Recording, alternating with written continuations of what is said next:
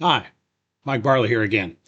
So now we're looking at chapters 3 and 4, which is going to be, first of all, programming basics. Now, as you go through this, all of this is detailed in the student lab book. So this is really just getting you orientated to it. And ultimately, we will have another video section that's going to be applying it, where we will be doing some programming and also doing some wiring. So we're doing this step by step, get you kind of up to your ankles in it, and then we'll get out there and actually start doing it. So let's get started. Okay, programming basics. There are many functions in the Koyo Click PLC toolbar. We will cover only the essentials in this presentation and curriculum. So, first of all, File. This tab is used to locate the file needed or to start a new file program. And PLC. This tab leads to the ability to read an existing project or write a new project. And then we have 4 points here. The status. Once a program is downloaded and in operation, if the energized I/O does not appear on the screen as lit, then click on this icon. The status basically will show you when the program is live. It'll show it physically operating in the program when it's going through its process. The syntax check. This is essentially spell check for a PLC. Whenever you get ready to download a program, it'll always require you to run a syntax check before it will let you to do it. And navigation and instruction list. Navigation, this red button will cause the navigation section to either appear or disappear. An instruction list, this green button will cause the instruction list to appear or disappear. And they both obviously have a lot of features. Now, address comments. This feature allows naming of each input or output. You can see here where this input, X001, has the name start. And then you can also add rung comments. This feature allows comments to be placed above the rung. So, for example, this start button turns on the green light. It allows you to have that note in the program explaining what it is. That may seem strange when you only have 3 or 4 rungs, but if you have a program that literally could be pages long, it's very easy for you to get lost. And there's other features that could really make it more complex to where you need some directions, some road signs, so to speak. Navigation and instruction list. The navigation window provides access to the address picker, edit rung comments, and syntax check, among several other items. There are 3 tabs at the top: Program, Function, and PLC. As with most software, there are several ways to access the same function. This software it's like a Windows Word program. Basically, there's a toolbar across the top. There's a couple of different ways to get to the same place.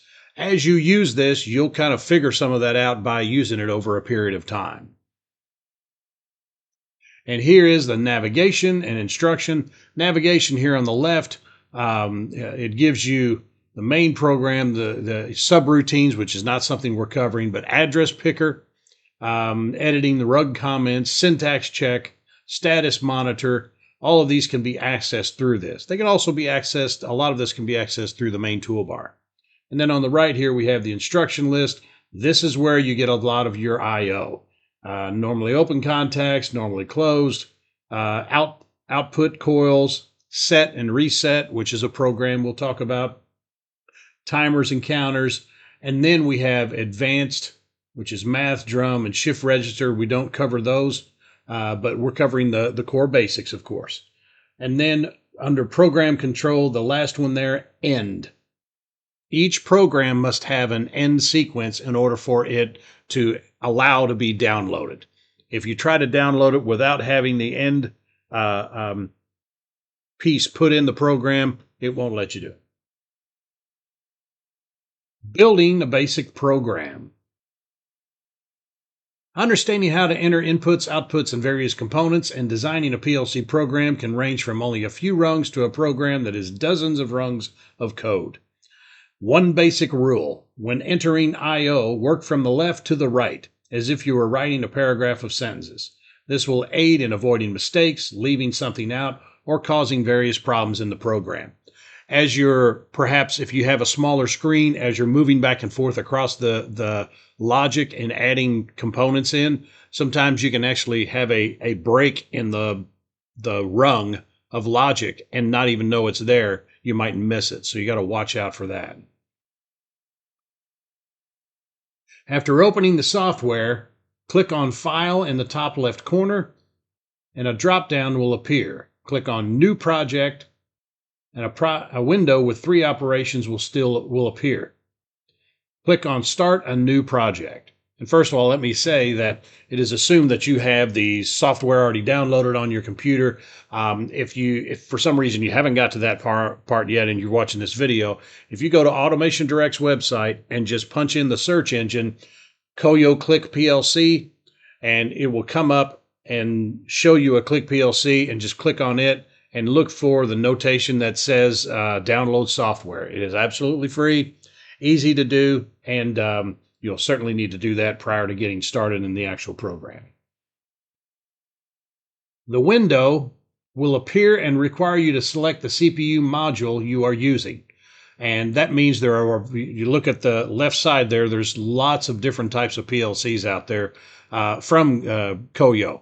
The one we are using is the C0-00AR-D. That's the series. And the screen will look just like this. You have to click on that. You should be looking at the programming screen as shown below. So that's pretty much home base. That's what it's going to look like once you get in there. And all of those rungs in the middle, that's your rungs of ladder logic, or where you can enter your ladder logic from. Begin your program. So entering a basic program. A basic program is shown below. So follow the instructions to enter this program. Click on the normally open contact in the instruction list at the right of the screen. When the address window appears, type in X001 and then press enter. Now I'm going to go through all of these motions just so you can get familiar with it. And then, as I'd said, we'll come back around and we'll actually do that on, live on a screen and showing you as it's put together. One little hint I'll give you is, for example, if you look at X001, if you type in X1, it will come up X1 for that input. You don't typically have to type in all of those letters and numbers. And I'll tell you, if you use other types of programming software, that is a great feature. I have used Allen Bradley before, and Allen Bradley software can be very temperamental. You don't type something in exactly right, then the input or output doesn't come up, and you're trying to figure out what the problem is. It just really delays the actual programming, and it can be very, very arduous. Click on the out coil in the instruction list at the right of the screen. When the address window appears, type in Y001 and press enter. Click on the end program control in the instruction list at the right of the screen and drag it to the output section of rung 3. You have to drag it over to it. Click on the Syntax Check tab at the top of the left of the toolbar, and at the bottom of the screen a window will appear indicating any program errors or that there are no errors or warnings. Your program is now complete and ready to download. And this is what it should look like. So there's the 2-rung ladder logic that we just talked our way through. And underneath that would be the equivalent basic ladder diagram. There's an input, and then there's an output. Only with the PLC, you have to add that end program. And what that is that tells the program that it has reached the end of it. What a program is doing is basically reading the ladder logic, the rungs of ladder logic over and over. It's doing it 10,000 times a second, and it's just really fast. So that's what tells it to go back to the top. And it's reading it. Is the input closed or is it not closed? It's examining it if it's open or if it's closed. Now, downloading a program to the PLC. Once you've built the program and performed the syntax check, and a great thing to do is once you start doing this is go into this and use the book, going through these steps and going, just looking at the page in the book and then making it happen on your computer screen step by step. Very simple. So once you've built the program and performed the syntax check and save the program, you have to save the program. It will require you to do that. You are ready to download it to the PLC. So follow the instructions below. Click on the PLC tab at the top of the toolbar. And then in the drop-down, click on Write the project into the PLC. I don't believe it's discussed in here, but let's say you already got a program in your PLC that you're happy with. You just want to connect it to the trainer. You simply go in there and open it up, and it'll say read the project from the PLC. Now that's just telling you what's in the PLC now. And once you download it, that PLC program is in there. You can literally disconnect the communication cable from the PLC. It's in there. It's not still coming from the computer. You can monitor what's happening from the logic on the computer, but it's in there. The window will appear to initiate connection to the PLC with the computer, and if the PLC and the computer do not immediately connect, locate the video below on YouTube from Automation Direct for specific instructions to set the correct COM port. Here lies the problem with programming and teaching PLCs. And just going to be straight up honest with you, this is the part that can be a problem sometimes. Assumedly, the class that I'm speaking to now, or perhaps instructors, hopefully you have your laptop set up and the PLC programming is already on them, and you've determined whether or not your COM port is being read and is appropriately being connected to. If that being the case, this should really be no problem. However, once you get to this point, if it's not doing that, then Automation Direct does have a video. Really, Automation Direct has a variety of videos on YouTube that will help you with this, PLC programming and this connection issue. If for some reason you continue to have problems, you may have to seek your IT people at the school you're at, or you may have to contact Automation Direct. They have a world-class technical support team there, and they would be ideal to help you. Electric Lab does not provide technical support for that. That would really need to come from Automation Direct, and they would be your best resource. Now, once you have connected to the PC, to the PLC, you will see the following window. This is now, you see up there in the top left where it's got the blue arrow pointed at the COM port number. That's where the COM port should be showing that there is a COM port for you to connect to. Once you see that and you're good to go, you click down there where it says connect, and it will connect you to the PLC. By clicking connect, the download process will begin for writing the project into the PLC. You will need to ensure that the correct COM port has been selected. The COM port number will depend on the computer. The video link provided in step 3 will aid in completing this process. This sometimes can be the most difficult piece of programming a PLC because of frequent software changes and updates and the varying age of computers and laptops used to do PLC programming. Computers with Windows 11 or later must use the Automation Direct Model EA, MG, PGM, CBL, lots of letters there, programming cable, as earlier models of this same cable will not work. In other words, it used to be you use serial cables. I'm not sure that you can make serial cables work. If you are using this lab book along with electric lag training equipment, the cable provided with the equipment meets this requirement. And trust me, if you go buy one of those cables, they are not cheap. They're a minimum of $50 a piece. Now that you have connected to the PLC and have initiated download of the PLC project, the window below will appear.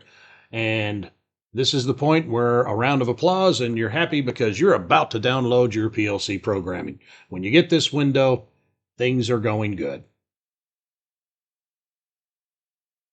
Click OK to proceed, and the next window will appear. Click Yes, and the process will occur, and then you will see this window, Transfer Complete. The answer is always yes. I'll say that. Remember those words when you start hitting those buttons and going through this process. The next window that will appear will be this. OK. Yes and OK, both good answers. Click Yes, your program should be operational and be as shown below. Notice the blue color to the end of the program. This is an indicator that your program is live. If it is not, find the status icon on the toolbar at the top and click on it. This will make it live.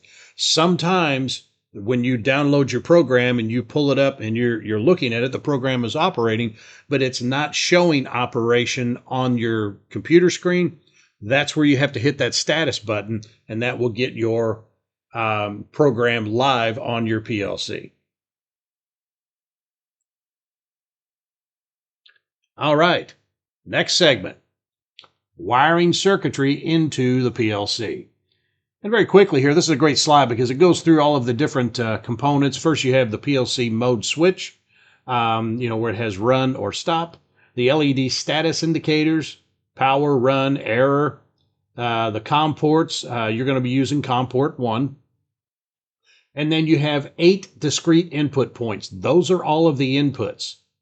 If you'll notice on your PLC, you'll have wiring going into those inputs, and it'd be good to actually kind of trace those down, see where they're actually all going. But you have 8 inputs, so you could have 8 switches, we'll say, and then 6 discrete output points. So there at the bottom, you have all of your outputs, which could be going to the coil on a contactor, it could be going to an indicator light, whatever the case may be. Wiring circuitry, or what would be referred to as inputs and outputs, is somewhat different than standard branch circuit wiring. It can also vary depending on the PLC type and what it is being used for. The terminals with the address of X1 through X7 are inputs. The terminals with the address of Y1 through Y6 are outputs. We will only be using addresses Y1 through Y4. Terminals with an indicator address of C1 and C2 are wired as neutral, also known as your grounded conductor, of course. Terminal C3 is wired with a 120-volt power source, which powers the loads. Notice the white conductor jumping C1 and C2 together. The blue conductor is feeding from the primary side of the power supply to the C3 terminal to power the outputs. The 120-volt power feed enters the primary side of the power supply. The conductors leaving the secondary terminals provide 24-volt power to the CPU, or central processing unit. 24-volt power conductors enter the terminals on the bottom side of the CPU. As I was saying, I believe it was in the last video, the power supply and the PLC itself kind of snap together like Legos, but there is no power transfer between those two units. It's hard wiring going in between them, and that's what you're looking at in the photo there right now. If this was a scenario where they were using additional inputs and outputs that you can literally snap on to this series of PLC like Legos, those actually electronically connect together, but these do not. The power supply and the CPU are fastened together with locking devices but are only connected via hard wiring. This is a great shot of the PLC itself to kind of get the face of it and see where all the wiring is going. And it's great to look on your trainer and kind of trace things down to get an idea how this comes together. There's a terminal block installed underneath these on any of our Electric Lab trainers. And the reason we do that is because that way you're not wiring directly to the PLC. You're wiring to a terminal block, and you'll wear out that $3, $4, $5 a piece terminal block before you wear out the terminals on that PLC. All inputs and outputs are wired to a terminal block with a phenolic label indicating each terminal. 120-volt power must be brought to the terminal marked 120 volts to power the power supply and through the secondary, the CPU. All inputs and outputs that are being utilized for I/O on the Koyo Click Series PLC are able to operate at 120 volts. This makes it a good match with the other components on the EL430 control trainer, which depending on what trainer you're using, the EL430 is the larger trainer, and it has a lot of 120-volt stuff on it, including three-phase motors, things like that. And the point being here, there is a lot of different types of PLCs, a lot of different types of inputs and outputs that you can get, depending on what series of PLC you buy. The sky is the limit. What we are using here is, ground level basics to get you familiar with how a PLC works. Inputs. When wiring inputs, power must be brought from one of the phases at the main terminal block of the EL430 trainer or from the secondary side of the controls transformer. From the 120-volt power supply, you will connect to the input, whichever switch is indicated in the wiring scenario, and then from the switch to the designated input on the PLC, X1 through X4. When wiring outputs, you will install a conductor from the load, indicator lamp, fan motor, etc., to the designated output on the PLC, Y1 through Y4. Power has already been supplied to the loads from the PLC power supply. And that's just really kind of how we have the trainer set up to make things easier for the learner to do their initial wiring and getting familiar with the equipment. Internal and external bits. Virtual versus physical I/O. We mentioned this in the last video. Very important part of this. Big difference between physical wiring. As I said, if you went through our electrical control systems book, you did a lot of basic hard wiring point to point. Some of this is where you have to look at ladder logic and be able to say, okay, this is virtual and this is physical. A key difference between wiring PLCs and basic control system circuitry is physical versus virtual I/O. Timers and counters are virtual devices and are within the software and are not physical components. The resulting output from these virtual components is also a virtual component. Once the virtual timer has been energized, the resulting signal will energize the physical output and a reaction, indicator light comes on or a coil pulls in, will occur. Additionally, the Click PLC has inputs such as the 100 millisecond clock, shown below here, that are virtual inputs but cause an action to a physical output. You can imagine that's a pretty fast clock. This feature will cause the signal to repeat rapidly and could cause an indicator light to flash. And that's exactly what you would use it for. Now, making connections. When making connections to the terminal blocks, be certain to examine the address labeling and connect to the intended terminal point. Misconnections can damage the PLC. Remove approximately 1/4 inch of the insulation from the conductor and place it in the terminal. Tighten the terminal screw using a 3.0 mm blade flathead screwdriver, being careful not to strip out the screw head. The EL430 control trainers are shipped with Automation Direct brand, Wera brand miniature screwdrivers. However, an equivalent can be used also. A lot of our students will come up with their own tools, much easier. All of our equipment comes with a screwdriver like this and a pair of strippers. The larger trainers will come with a larger flathead screwdriver that is to be used on the main terminal blocks. One thing I also want to mention here that I believe is not in this presentation is it is also strongly recommended that you use ferrules to make your connections with. That will help make sure that you don't have a loose strand going in between two terminals and that sort of thing. So using ferrules and ultimately having a crimp tool to crimp ferrules with is much easier. Also, some of the terminations that you'll make when you're making connections, you will use dual ferrules, where you have to have two wires going into one terminal. So those are also materials that you will need when making these types of connections and wiring. When determining what is needed to be wired and what is virtual in a PLC program, it is recommended that you read through the completed program and determine rung for rung what each component input and output is and its wiring requirements. And when you get into the wiring scenarios that are in this book, a lot of these scenarios will have the PLC program itself, and then it'll have ladder logic, just like you saw if you went through our electrical control systems book, to give you a comparison of what that actually looks like. For example, in the program shown below, the items that are virtual and require no wiring are identified in red. The items requiring wiring have blue arrows. This is just a partial portion of the program. Once wired items are determined, you can now begin to do the hard wiring portion of your PLC controlled system. And note, for safety purposes, all programs should be equipped with a method of de-energizing the circuit in an emergency.